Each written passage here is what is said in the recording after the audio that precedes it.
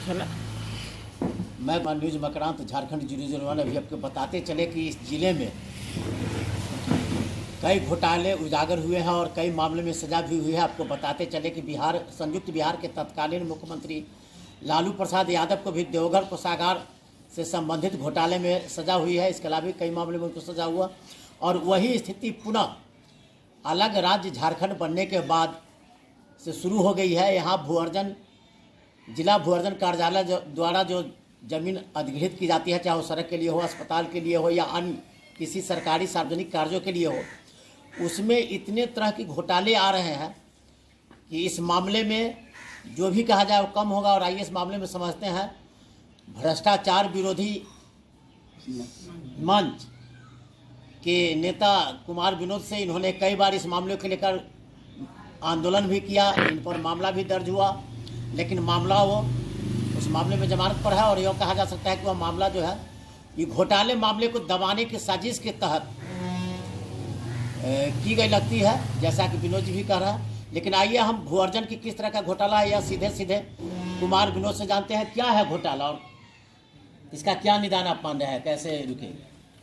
देखिए, ये घोटाला सचमुच में पशुपालन घोटाला हो या सृजन घोटाला हो, ये सभी घोटाले को मात कर देने वाला घोटाला है।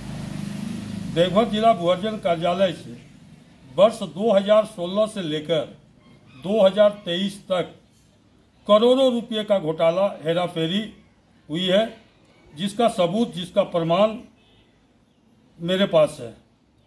और अभी कई पूर्व जिला भू अर्जन पदाधिकारी को उपायुक्त द्वारा स्पष्टीकरण पूछा जा रहा है कि आपके कार्यकाल में करोड़ों का घोटाला हुआ है आपके मिलीभगत से, जो चिट्ठी में जिक्र है कि आपकी मिलीभगत से। तो मेरा कहना है कि भाई जिला भू अर्जन पदाधिकारी ये सारे घोटाले के राशि के खिलाफ सिर्फ एक नोटिस भेज देना या खाना पूर्ति कर लेना, ये करके अपने को ये लोग संतुष्ट हो जा रहे हैं।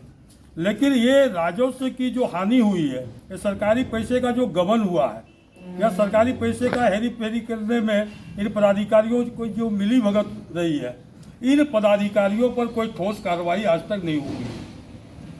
इसलिए अगर इसकी सच्चाई से जांच हो जाए, गहराई से जांच हो जाए, तो हमें लगता है कि झारखंड में एक बहुत बड़ा घोटाला सामने आएगा।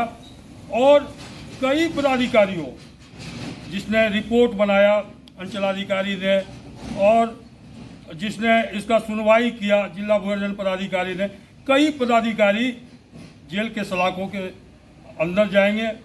और इसलिए मैं बार बार इस मांग को लेकर जिला कार्यालय में धरना प्रदर्शन किया और हमने मांग किया था कि भाई जिला भू अर्जन कार्यालय में जो करोड़ों का जो घोटाला हुआ है, इसकी जांच उस स्तरीय से करा के दोषी लोगों पर कार्रवाई करें, नहीं तो फिर मुझे मजबूरन बस जो है हाईकोर्ट के शरण में जाना पड़ेगा। किस तरह का घोटाला है, कैसे घोटाला बता रहे हैं? देखिए, कई तरह के घोटाले इसमें हैं। एक तो जितने भी मुआवजा दी गई है वह सरकार के जो गाइडलाइन है, सरकार का जो नियम है, उस नियम के अनुसार मुआवजा राशि का भुगतान नहीं हुआ। दूसरा है कि रैयतों को अधिक पैसे का भुगतान कर दिया गया, पैसा लेके, कमीशन लेके। अब जब उजागर हुआ है मामला, गाइडलाइन क्या है पहले बता। गाइडलाइन यही है सरकार का कि भाई जमीन का नेचर बदलते गया, तो जो वर्तमान में जमीन का नेचर है उस हिसाब से आपको मुआवजा देना है, वर्तमान नेचर को देखते हुए। लेकिन इन लोगों ने 1932 का खतियान देके, जो 1932 में जिस जमीन का जो नेचर था उस हिसाब से मुआवजा दे रहे हैं। इसलिए मैं ये दावे के साथ कहता हूँ कि सरकार का जो गाइडलाइन है, सरकार ने जो निर्देश दिया है जिला को, उस अनुपात ये लोग मुआवजा राशि का भुगतान नहीं कर रहे हैं। और घोटाला किस तरह से होगा? घोटाला तो मैं बताया कि कई रैयतों को कई गुना ज़्यादा पैसा दे दिया गया, अब उसको रिकवरी के लिए नोटिस जा रहा है। दूसरा है कि अगर दो भाई है तो एक भाई को ही टोटल पैसा दे दिया गया है, एक भाई बेचारे अपना हिस्सा के लिए दौड़ रहे हैं। तीसरा है बहुत लोगों को वंशावली से ही उड़ा दिया गया। वह पैसा किसी एक आदमी को दे दिया गया। अब 1,96,00,000 रुपया एक आदमी को दे दिया है, जिसमें एक चमेली देवी अभी गई उच्च न्यायालय।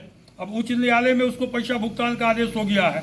अब जो है एक नोटिस ही भेज दे रहे हैं कि आपने जो है 64 लाख रुपया अधिक ले लिया, पैसा अब रिकवरी की दीजिए, आप पैसा वापस कीजिए। और नोटिस देके ये लोग कान में कड़ुआ तेल लेके सो गए। जैसे खाना पूर्ति किया, सिर्फ खाना पूर्ति सिर्फ नोटिस भेज देना, मतलब ये लोग अपनी जिम्मेदारी से मुक्ति मान रहे हैं, मुक्त मान रहे हैं। हाँ।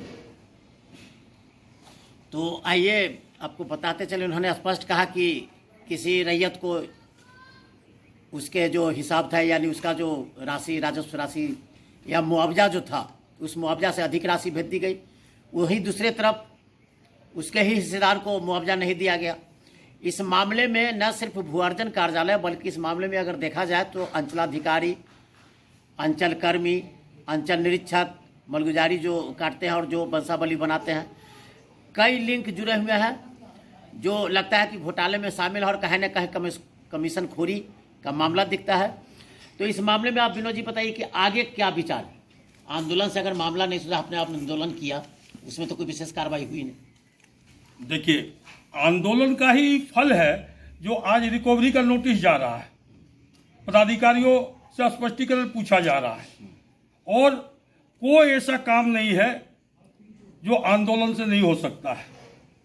जब किसानों के आंदोलन से प्रधानमंत्री नरेंद्र मोदी को अपना कृषि बिल वापस लेना पड़ा, तो मुझे विश्वास है कि जनता के आंदोलन से ऐसे भ्रष्टाचारियों के खिलाफ में भी निश्चित तौर पर कार्रवाई होगी, और ये पूरा विश्वास है। चलिए, तो आपने सुना, पूर्ण विश्वास है। अब आगे ये देखिए क्या करता है विभाग और कैसे जांच होती है। मैं न्यूज मकरांत, झारखंड 001 गोपाल शर्मा, नमस्कार, जोहार।